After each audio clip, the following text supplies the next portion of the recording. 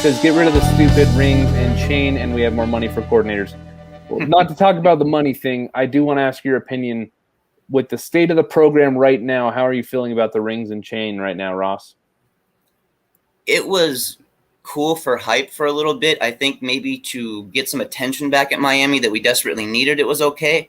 But to pull that thing out when you're down by 30 points or 27 points, it's not a good look, man. It's just not. You don't see any excitement on the sidelines from it, and rightfully so, because it's really at that point, it's just nothing but an absolute gimmick. And that's a shame, because had we really taken advantage of this situation and had we really used the turnover chain to fuel us like we were supposed to use it as, it could have been something a little more. We just haven't made that happen. Yeah, I'm with you, man. Like, I'm over the chain at this point. The fact that we were trying to pull it out for Cam Kinchens at 27-3. At that point, I was just like, dude, let's just get rid of this thing. I'm over it. It's all hype. It's all unpromised hype, and it's all unfulfilled hype at the moment still. Yeah. Like I said, we had a chance to make this turnover chain into something really, really palpable, something that we could grab a hold of and really use on a week-to-week basis. But, man, seeing it pulled out like that, I mean, that's a lot of money spent on a chain that's getting pulled out when we're down by 27 points. And I agree with the statement that I would rather be spending the big bucks on getting coordinators than I would on gimmicks.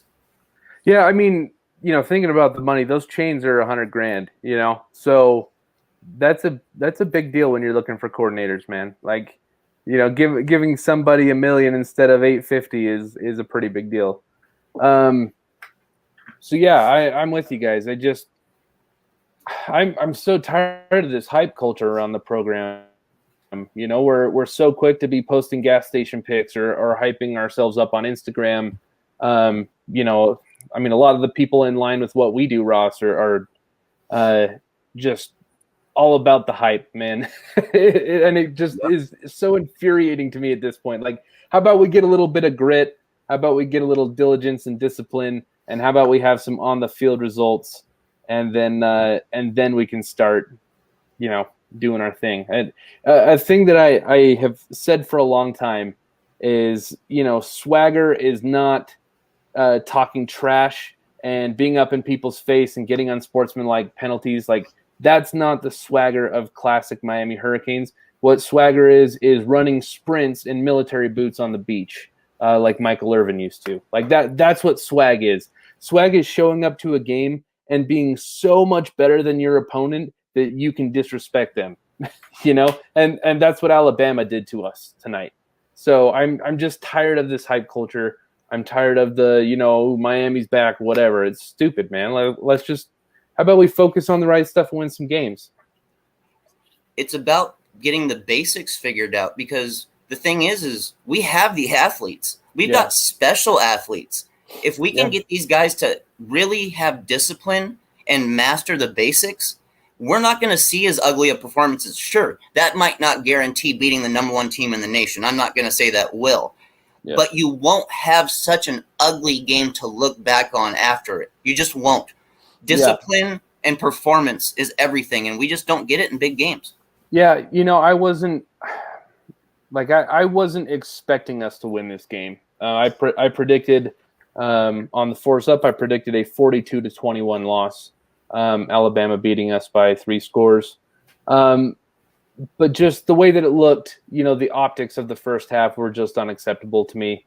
If the game would have gone, if we played the second half twice, like that's the competitive balance of the game, I probably would have been okay. But you can't just come out that flat, man. You can't show up looking like you're a high school team when it's the biggest game of the year. I'm not okay with it. I'm really not. It'll never be acceptable to me. I don't care who we're playing. I mean, if we were playing the Las Vegas Raiders and we showed up that flat, I'd be pissed. Like, effort means more than ability in my book, and I'm not seeing a whole lot of effort. There's plenty of ability on the field. There's just not a whole lot of effort. Effort comes down to coaching, man. We both know that comes down to flat out coaching. So, I mean, which coaches is it? You know, is it the top that's the issue? Is it the head coach? Is it the coordinators that we brought in? Are we still lacking in developmental guys behind the coordinators? You know, what is it? What are we really missing on? I don't know. I mean, I think that's the right question to ask. I just don't. I mean, I'll say it. I think we're all a little bit afraid to call for Manny's head already. You know, I am. I'm not ready to call for it, but I mean, when we're asking the questions, I had an interaction with the guy on Twitter during the game, and he said, like, you know, our problem is that we haven't been able to deal with long layoff times between games. We can't deal with bye weeks. We can't deal with off seasons. Like, we can't get ready. And my reply was, well, isn't that the definition of bad coaching?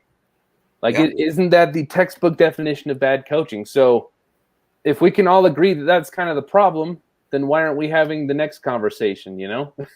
But I mean, that being said, I don't disagree with the people that say, hey, you really need time to establish a culture, right? Yeah.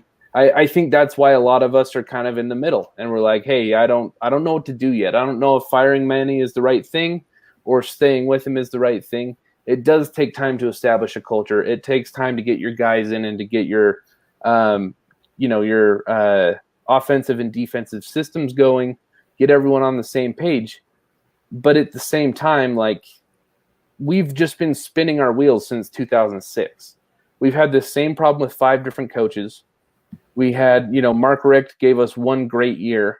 But really that was kind of a gold-plated turd if you think about it. Like, yeah, that was a whole bunch of last-second wins. It was really, we came out on top of 4 or 5 toss-up games, which just happens sometimes,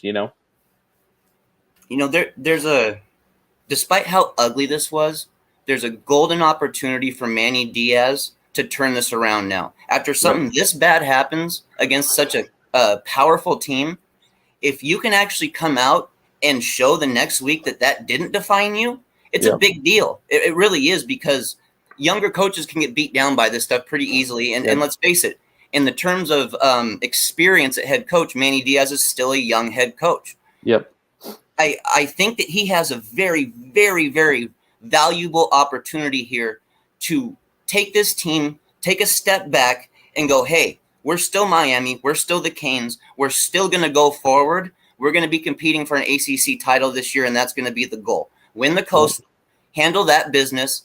But, along the way, let's just keep learning. Let's keep building and building and building week by week. It's not going to be an overnight fix. I don't want Canes fans to think that we can go in to practice this week and fix every issue. It won't happen.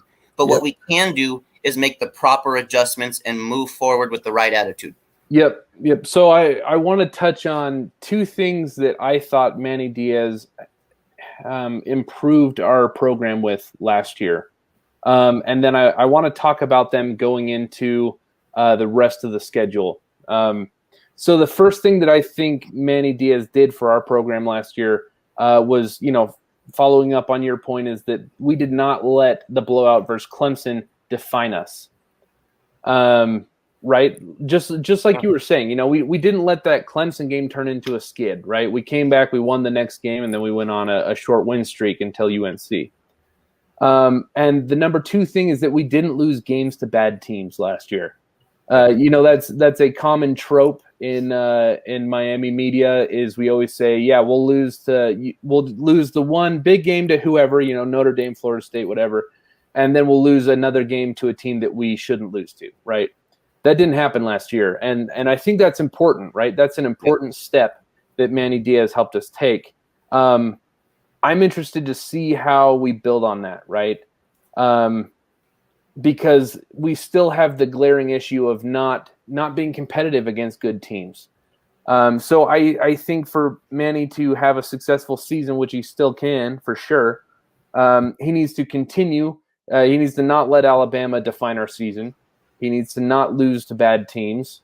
And then also we need to show up competitive against UNC and in the ACC championship if we get there. We don't have to win. I just want to be prepared. I want to be competitive. I'm tired of watching the first drive and thinking, oh man, this game's over.